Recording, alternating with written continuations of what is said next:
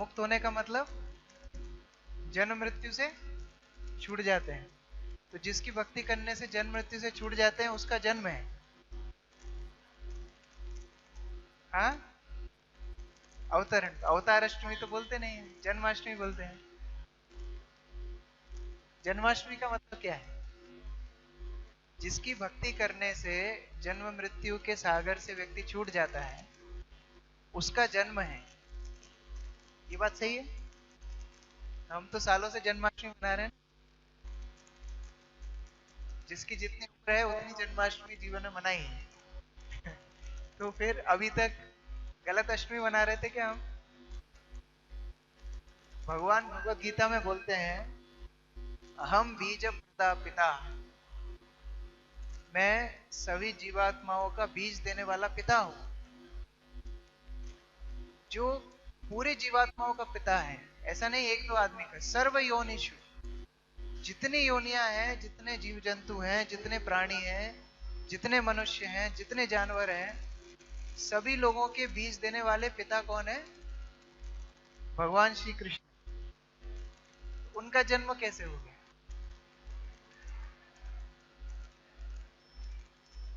उन्होंने खुद किया है। और हम लोग, उन्होंने हमें किया है। वास्तव में ये सही बात बोल रहे हैं। भगवान जब अवतरण लेते हैं या जन्म लेते हैं, अपनी इच्छा से लेते हैं।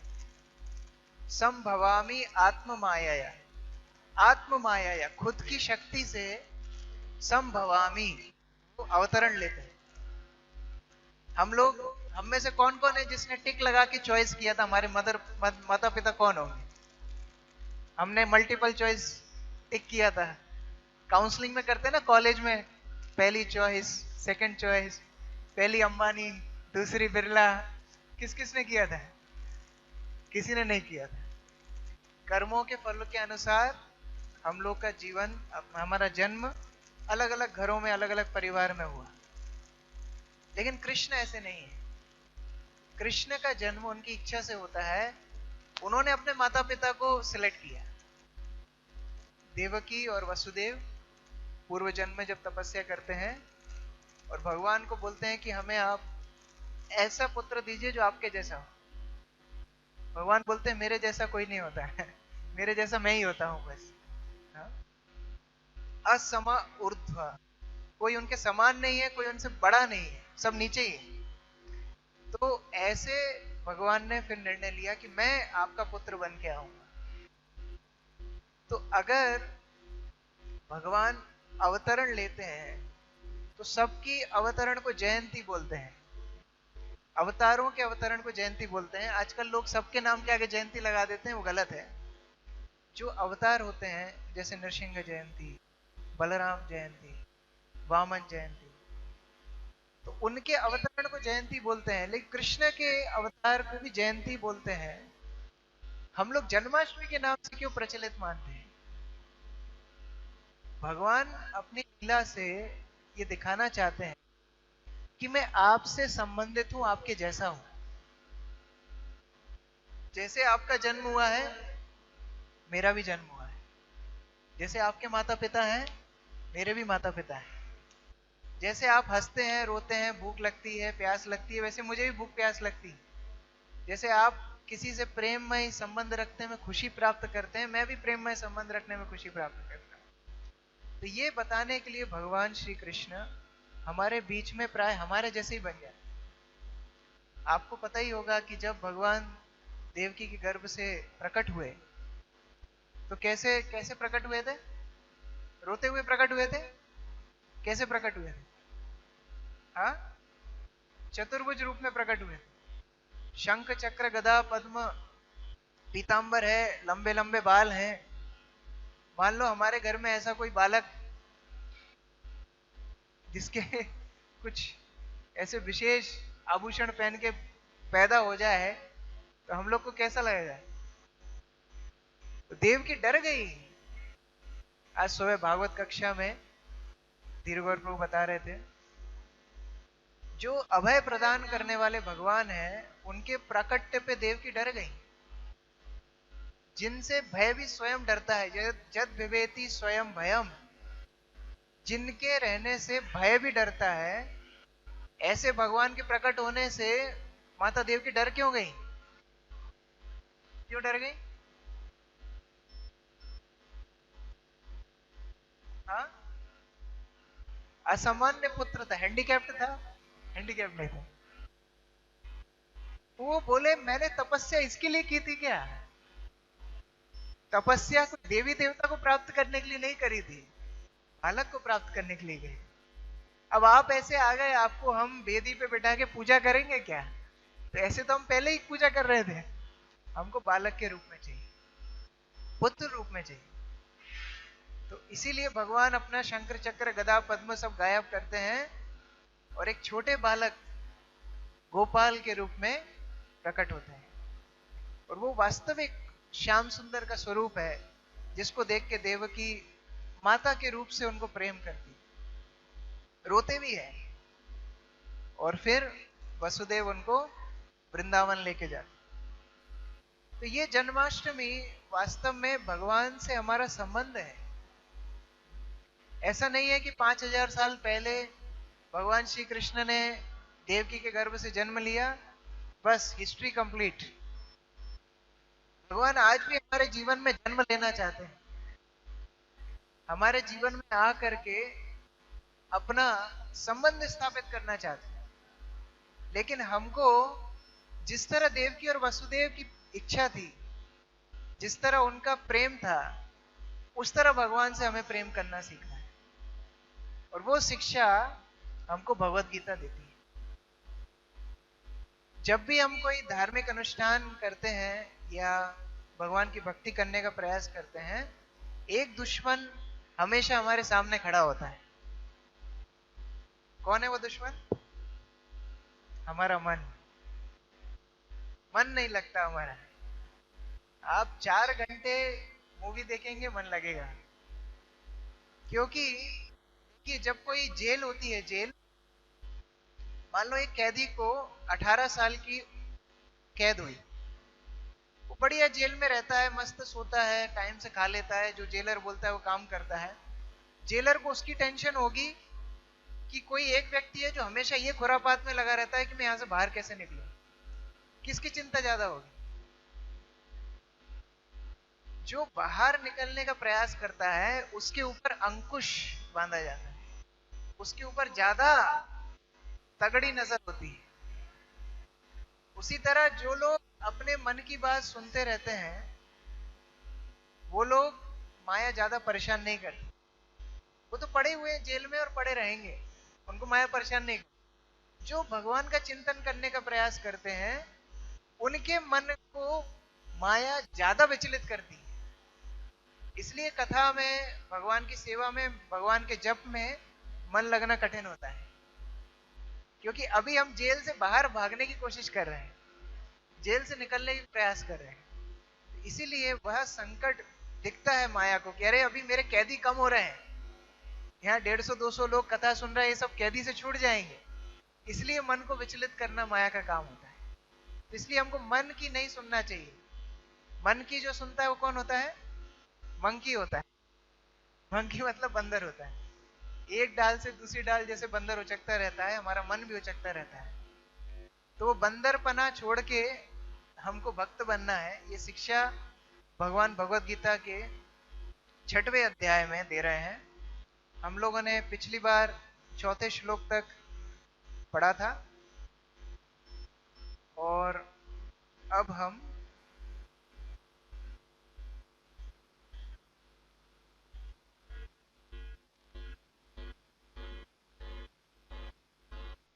अब हम 5वां और 6वां श्लोक पढ़ेंगे। तो 5वां श्लोक आपके सामने है, मैं पहले बोलूंगा, आप लोग पीछे दोहराइए। उद्धरेत आत्मना आत्मानम न आत्मनम अवसादयेत आत्मैव हि आत्मनः बन्धो आत्मा एव रिपुः। तत् हाँ, अनुवाद। मनुष्य को चाहिए कि अपने मन की सहायता से अपना उद्धार करे और अपने को नीचे ना गिरने दे। यह मन बद्ध जीव का मित्र भी है और शत्रु भी। तात्पर्य, प्रसंग के अनुसार आत्मा शब्द का अर्थ शरीर, मन तथा आत्मा होता है। योग पद्धति में मन तथा आत्मा का विशेष महत्व है। चूंकि मन ही योग पद्धति का केंद्र बिंदु है, अतः इस प्रसंग में आत्मा का तात्पर्य मन होता है। योग पद्धति का उद्देश्य मन को रोकना या इंद्रिय विषयों के प्रति आसक्ति से उसे हटाना है। यहां पर इस बात पर बल दिया गया है कि मन को इस प्रकार प्रशिक्षित किया जाए कि वह बद्ध जीव को अज्ञान के दलदल से निकाल सके। इस जगत में मनुष्य मन तथा इंद्रियों के द्वारा प्रभावित होता है। वास्तव में शुद्ध आत्मा इन संसार में इसलिए फंसा है क्योंकि मन मिथ्या अहंकार में लगकर प्रकृति के ऊपर प्रभुत्व जताना चाहता है। अतः मन को इस प्रकार प्रशिक्षित करना चाहिए कि वह प्रकृति की तड़क भड़क से आकृष्ट ना हो और इस तरह बद्ध जीव की रक्षा की जा सकती है। मनुष्य को इंद्रिय विषयों में आकृष्ट होकर अपने को पतित नहीं करना चाहिए। जो जितना ही इंद्रिय विषयों के प्रति आकृष्ट होता है, वह उतना ही संसार में फंसता जाता है। अपने को विरत करने का सर्वोत्कृष्ट साधन यही है कि मन को सदैव कृष्ण भावनामृत में निरत रखा जाए। ही शब्द इस बात पर बल देने के लिए प्रयुक्त हुआ है, अर्थात इसे अवश्य करना चाहिए। अमृत बिंदु उपनिषद में कहा गया है, मन एव मनुष्यानाम कारणम बंध मोक्षयो बंधाय विश्व संगो मुक्तई निर्वैश्य मनः। मन ही मनुष्य के बंधन का और मोक्ष का भी कारण है। इंद्रिय विषयों में लीन मन बंधन का कारण है और विषयों से विरक्त मन मोक्ष का कारण है। अतः जो मन निरंतर कृष्ण भावनामृत में लगा रहता है, वही परम मुक्ति का कारण है। देखिए, कई लोग अपने मन को वश में करने का प्रयास करते हैं। मान लीजिए कोई एक बंदर है। बंदर बहुत भूखा है और खाना ढूंढते ढूंढते आपकी छत पे आ गया। आपने एक सुरई जानते हैं, मटका होता है, उसकी सी लंबी सी गर्दन होती है। सुरई में आपने मूंगफली भर रखी है, ठीक है। सुरई का जो मुख होता है वो तो बहुत पतला होता है। अब बंदर बहुत भूखा है, उसने देखा सुरई में मूंगफली है, उसने अपना हाथ डाला, ठीक है, मूंगफली भर ली मुट्ठी में। अब उसका हाथ नहीं निकल रहा सुरई से। इतने में आप छत पे जाते हैं, आप क्या करेंगे? हाँ, सुरई को फोड़ देंगे जिससे बंदर सारी मूंगफली खा जाए? उसको भगाएंगे? कैसे भगाएंगे? डंडा लेके भगाएंगे। तो मान लो सुरई में हाथ डाला हुआ, मुट्ठी बंद किया बंदर सुरई से हाथ नहीं निकाल पा रहा है और आप डंडा लेके उसको मारने के लिए पीछे भाग रहे हैं। अब उसके पास दो ऑप्शन है, या तो आपके डंडे की मार खा ले या फिर मूंगफली छोड़ के भाग जाए। बस ये मूंगफली नहीं छूटती हमसे, और कोई दिक्कत नहीं है। ये मूंगफली पकड़ी हुई है हमने भौतिक लालसा की, भौतिक इच्छाओं की, इसलिए हम मार खा रहे हैं। जितनी भी समस्याएं हैं भौतिक संसार में माया की, वो केवल इसलिए क्योंकि हम इंद्रिय विषय के पीछे भाग रहे हैं। जिस दिन हम भागना बंद कर देंगे, शास्त्र बताते हैं माया बहुत छोटी चीज है। मुक्ति भी भगवान के भक्तों के सामने हाथ जोड़ के खड़ी रहती है, मुझे सेवा का अवसर दिया। जो भगवान का भक्त बन जाता है, ऐश्वर्य, विजय, लक्ष्मी, मुक्ति, सरस्वती सब उनको आशीर्वाद देती। यही अंतर है हम में और भक्त, शुद्ध भक्तों में। हमको यदि भक्त बनना है तो वो मूंगफली हमको छोड़नी पड़ेगी। जब तक मूंगफली पकड़ के रखेंगे तब तक परेशानी। देखिए कई लोगों को दूध नहीं पचता, दूध पीते हैं तो डायरिया हो जाता है, होता है ना, बहुत लोगों को दूध पीते ही डायरिया हो जाता है। जब डायरिया होता है तो क्या काम में आता है? एक दूध का ही एक प्रोडक्ट काम में आता है, क्या? दही काम में आता है। दूध का ही एक प्रोडक्ट है दही, दूध में विकार डालने से दही बन जाता है, वो दही से बीमारी ठीक होती है। जो बीमारी दूध ने की वही दूध के एक प्रोडक्ट दही ने सही कर दी। उसी प्रकार दोष दूध या दही में नहीं है, मन में दोष नहीं है। मन जब इंद्रिय तृप्ति में लगता है हम लोग परेशान हो जाते हैं, वही मन जब भगवान में लगाते हैं तो हम आनंद प्राप्त करते हैं और इंद्रिय सुख मुक्ति सब कुछ हमारे पीछे आता है। तो कौन सा ऑप्शन अच्छा है? भगवान, यही भगवान गीता में बोलते हैं। भगवान बोल रहे हैं मन हमारा शत्रु भी है बंधु भी है, चॉइस हमको करना है। शत्रु बना के रखना है तो हम परेशान रहेंगे, क्योंकि सबसे ज्यादा करीब है हमारे मन।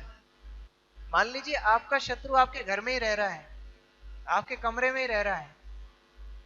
एक पत्नी से एक पति ने पूछा, नहीं पत्नी ने पति से पूछा कि युद्ध में और शादी में क्या अंतर है?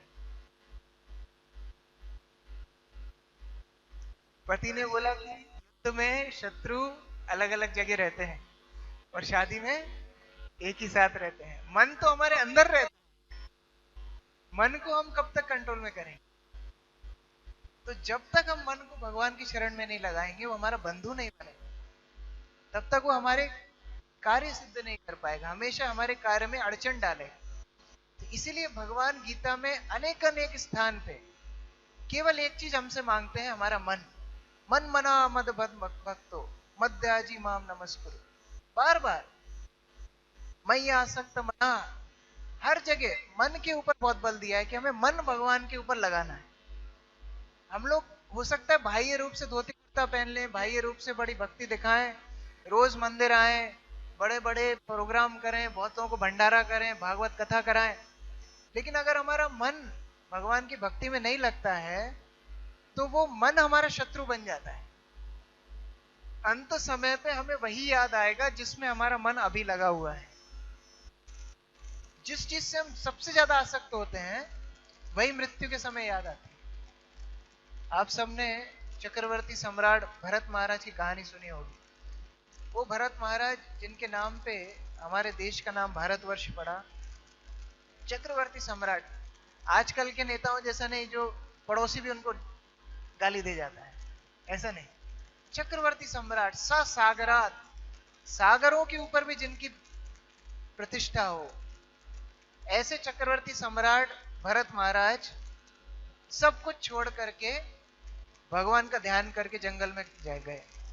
और भागवत बताती है कितना त्याग किया, राज्य परिवार त्याग किया और अपने पुत्रों को, जिनको अपने प्राण समान प्यार करते थे, प्रेम करते थे, उनको भी छोड़ करके गए। इतना कठिन त्याग करके जो जंगल में गया हो उसको भगवान का स्मरण कितना अच्छा होगा। जो जितनी ज्यादा पेमेंट करता है ना उतने ही ज्यादा मजे। जैसे अभी हम डेकोरेशन कर रहे हैं, जितना शक्कर डालोगे उतनी खीर मीठी होगी, जितना आप डेकोरेशन उतना ही करते जाओ। उसी तरह जितना भक्ति में व्यक्ति त्याग करता है उतना ही भगवान के साथ आदान प्रदान भी मिलता है।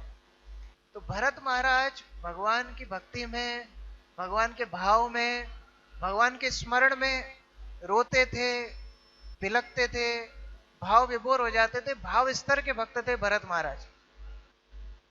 ऐसे भरत महाराज जब भगवान का एक दिन ध्यान कर रहे थे तो उन्होंने क्या देखा, एक हिरणी के पीछे एक शेर पड़ा है।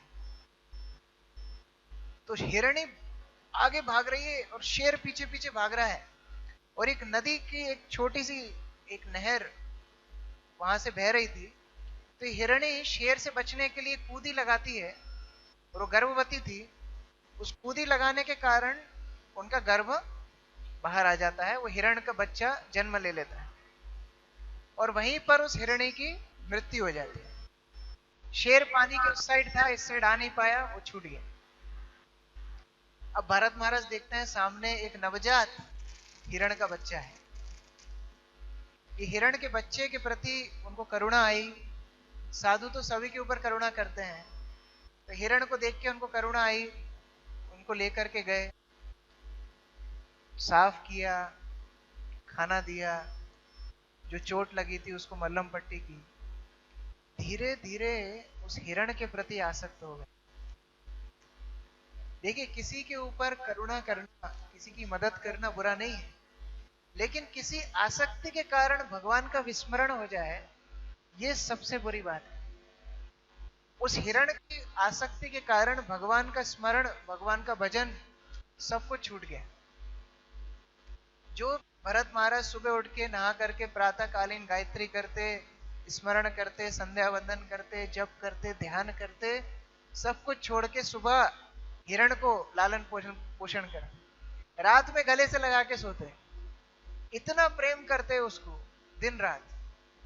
अब हिरण तो हिरण है, एक दिन हिरण का झुंड आया उनके साथ, अब भरत महाराज पागल जैसे हो गए,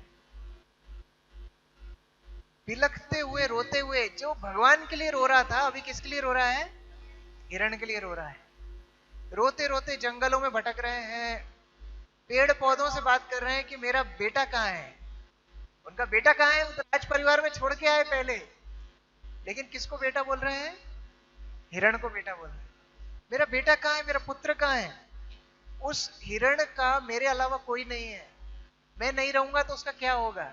ये कॉमन डायलॉग है हमारा, हम सब ये बोलते हैं, हम नहीं रहेंगे तो क्या होगा, परिवार कैसे चलेगा? वो बुढ़ी माता है 90 साल की, उससे कुछ काम नहीं होता है, फिर भी अरे मेरे बिना घर कैसे चलेगा? सबको इतनी आसक्ति होती है। और तो और भरत महाराज बोलते हैं कि ये हिरण के खुर के स्पर्श से पृथ्वी पवित्र हो रही थी, अभी हिरण नहीं है, पृथ्वी का क्या हाल होगा? ये आसक्ति होती है। जितने आसक्ति जा नहीं सकती, एक बार चिपक जाती है ना तो जाती नहीं है।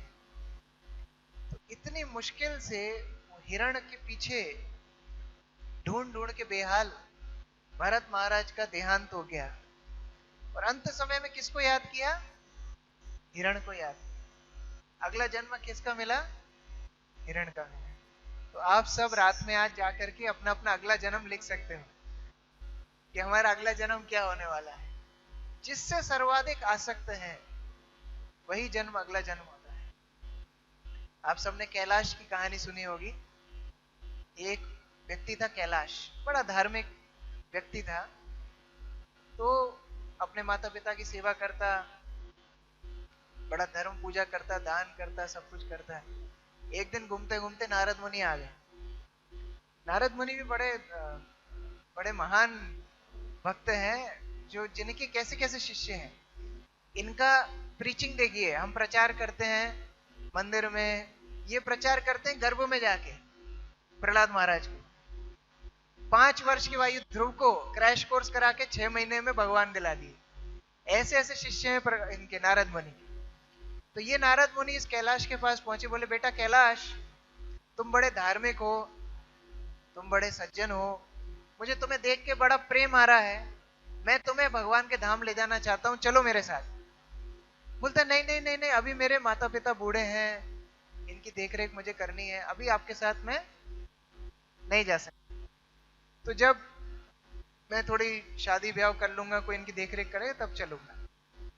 ठीक है भाई, कैलाश की शादी हुई। कुछ साल बाद नारद मुनि फिर आए, बोले कैलाश अभी शादी हो गई, चलो। बोले नहीं, अभी मेरी पत्नी गर्भवती है, मेरा पुत्र पुत्री जो भी होगा उसको थोड़ा चेहरा देख के जाऊंगा। ठीक है, नारद मुनि बोले ठीक है। कुछ समय बाद पुत्र पुत्री हो गए, बड़े होने लगे। अब नारद मुनि फिर आए, कैलाश अभी तो हो गया कोर्स कंप्लीट, माता पिता भी गए, पुत्र पुत्री भी हो गई, अब चलो, अब इनको बड़ा करना है, इनको कौन देखेगा? सब हमारी कहानी है। कैलाश नाम ले लो, चाहे कृष्ण किशोर नाम ले लो, चाहे कोई का नाम ले लो, एक ही कहानी है। फिर बच्चे बड़े हो गए, बोले कैलाश अभी चलो। बोले नहीं, अभी इनको बिजनेस सिखाना है, अभी इनको अपने पैरों पे खड़ा करना है, इनकी शादी कराना है। ठीक है, तथास्तु। नारद मुनि कुछ साल बाद आए। अब ये कैलाश कुछ बोलना चाहते हो? बोलिए।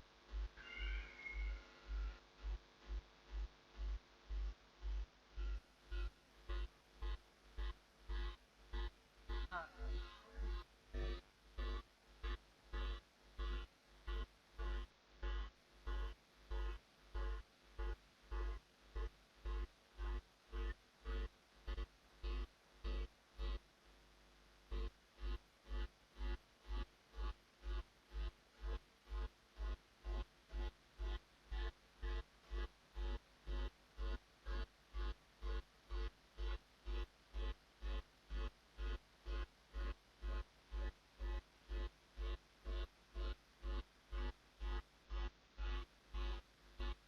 Very good. इन्होंने एक और एडिशन कर दिया।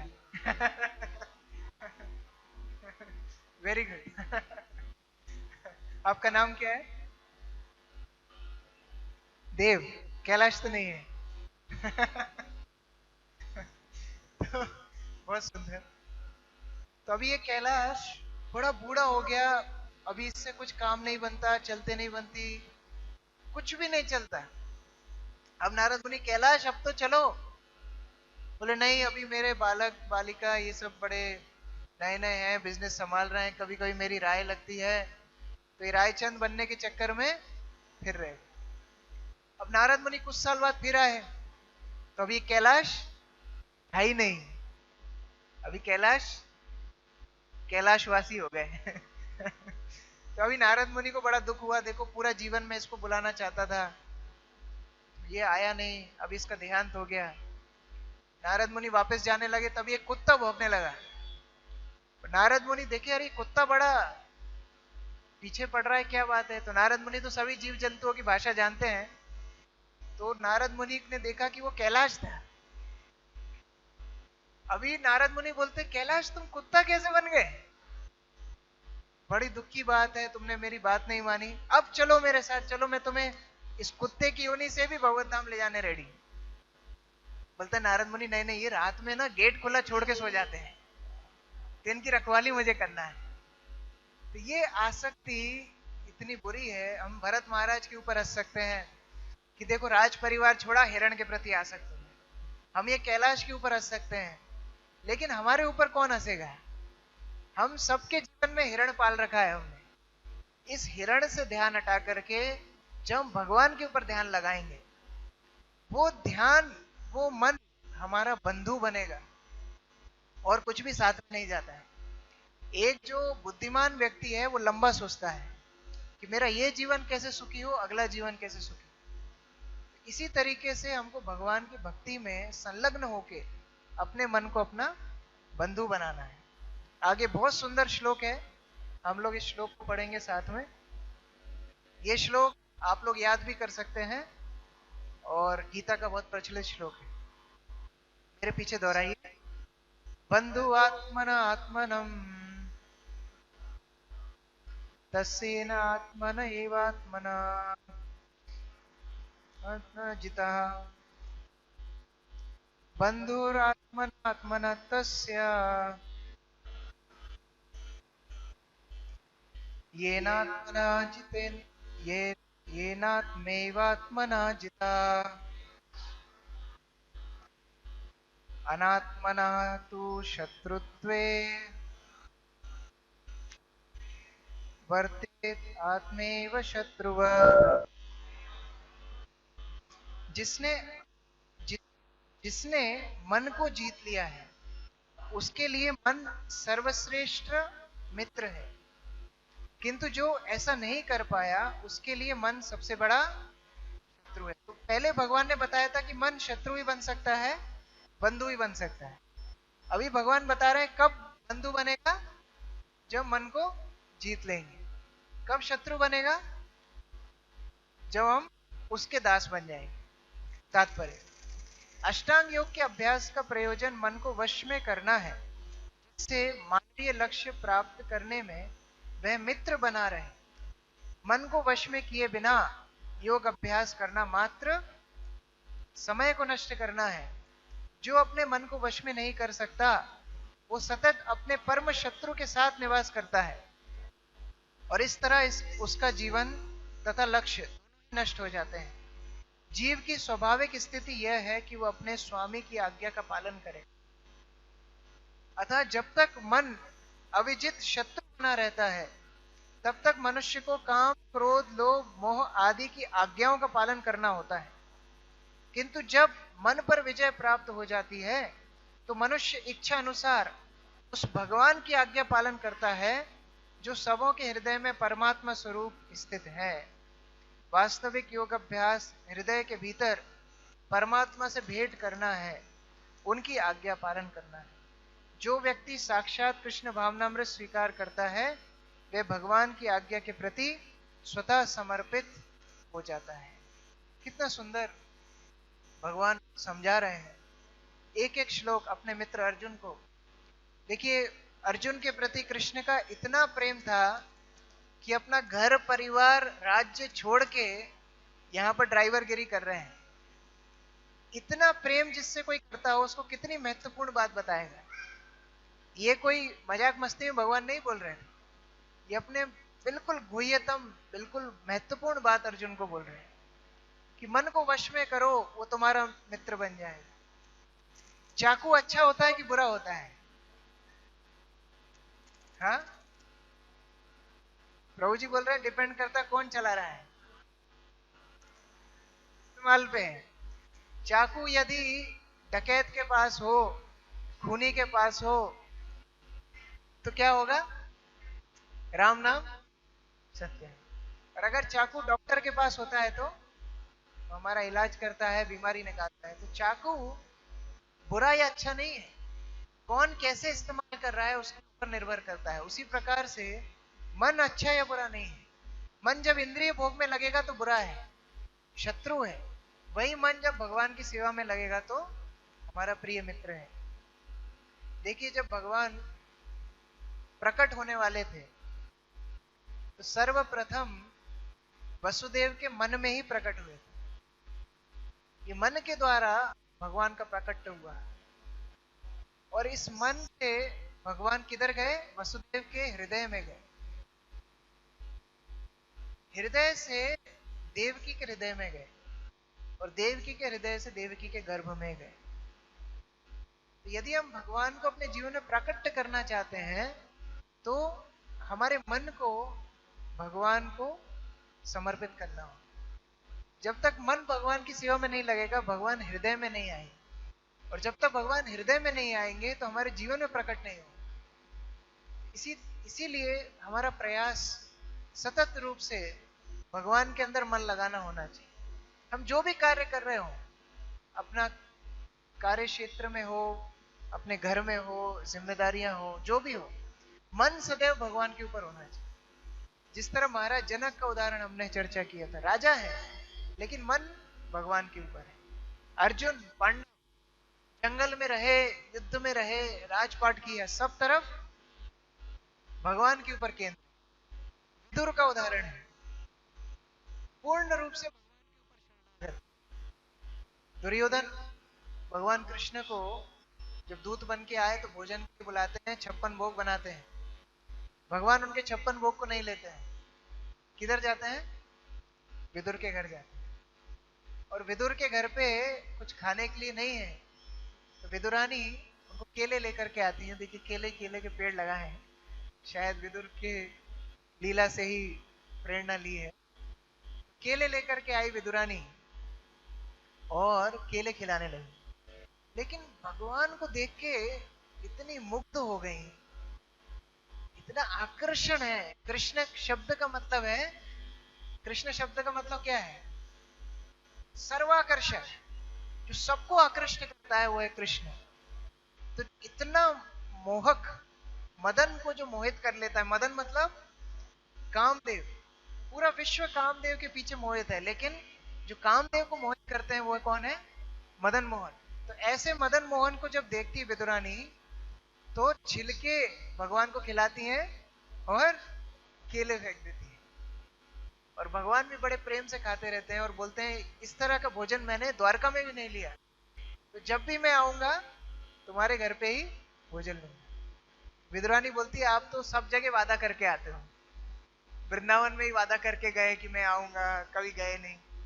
तो विदुर बोलते नहीं, इनको एक ही बीमारी है, क्या? कि अपना वादा कभी भूलते नहीं।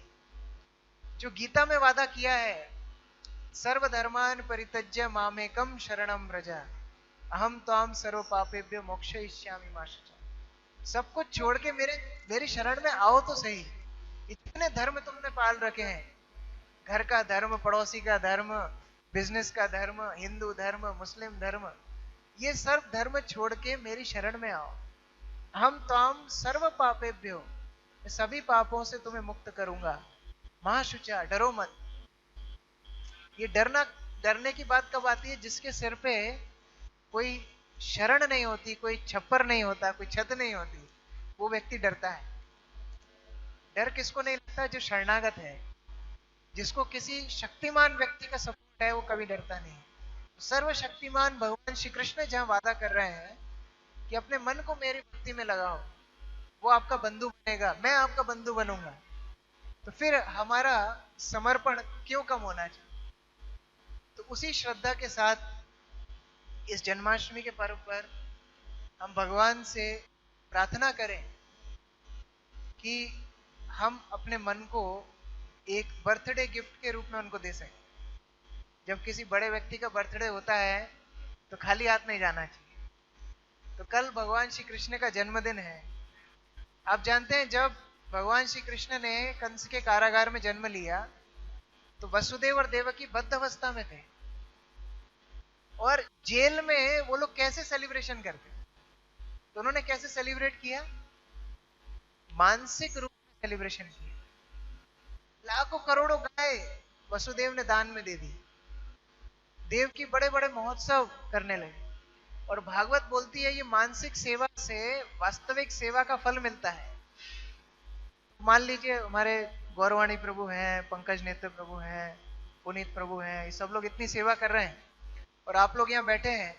आप लोग मन से ही सोच लीजिए कि आप लोग डेकोरेशन कर रहे हैं, तो आपको भी उतना ही फल मिलेगा जो प्रभु लोग रात भर जाग के कर रहे हैं। स्कीम अच्छी है ना? तो पूरा मन भगवान के ऊपर देना है, लेकिन आलसी नहीं बनना है। फिर भी यथा योग्य रूप से भगवान की सेवा करना है, उससे भगवान खुश होते हैं। जिस तरह घर में जब कोई आयोजन होता है, बड़े बड़े महोत्सव होते हैं, किसी के घर में कोई फंक्शन होता है, शादी होती है, कुछ होती है, तो जो आयोजक होते हैं वो खाना पीना भूल जाते हैं। देखा है ना? तो खाना भूख भूख कुछ नहीं लगती, और रात में कुछ थोड़ा बहुत खा लेते हैं, उससे हो जाता है। उसी प्रकार से कल भगवान श्री कृष्ण का आविर्भाव दिवस है। हम सब उपवास रखते हैं। उस उपवास में हम कुछ खाते पीते नहीं है। क्यों? दुनिया का सर्वश्रेष्ठ, सबसे महत्वपूर्ण व्यक्ति का जन्मदिन है, तो कितनी तैयारियां, कितना महोत्सव, कितना आयोजन, कितना सब कुछ होना चाहिए। इसलिए पूरा दिन आप लोग मंदिर में कल बिताइए। यहाँ बहुत सारी सेवाएं हैं, उसमें सहयोग दीजिए। भगवान श्री कृष्ण का जन्मदिन मिलकर बनाएंगे। हमारा जन्मदिन तो हमने बहुत दिन मनाया, लेकिन अब भगवान की जन्माष्टमी बनाएंगे। इस जन्माष्टमी से भगवान हमारे जीवन में प्रकट हो, ये विनती हम भगवान के चरणों में करते हैं। हरे कृष्णा कृष्णा कृष्णा हरे हरे, हरे राम राम राम हरे हरे। हरे कृष्णा। किसी का कोई प्रश्न है या कोई कुछ बोलना चाहते हैं, बोल सकते हैं।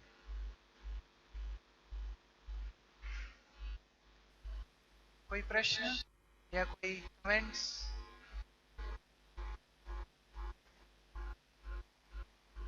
हरे कृष्ण। ठीक है। हाँ, आप इधर ही शिफ्ट हो जाइए।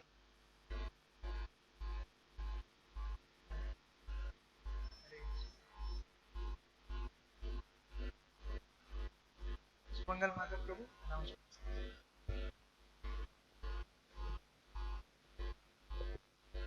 तो कल सुबह 4:30 बजे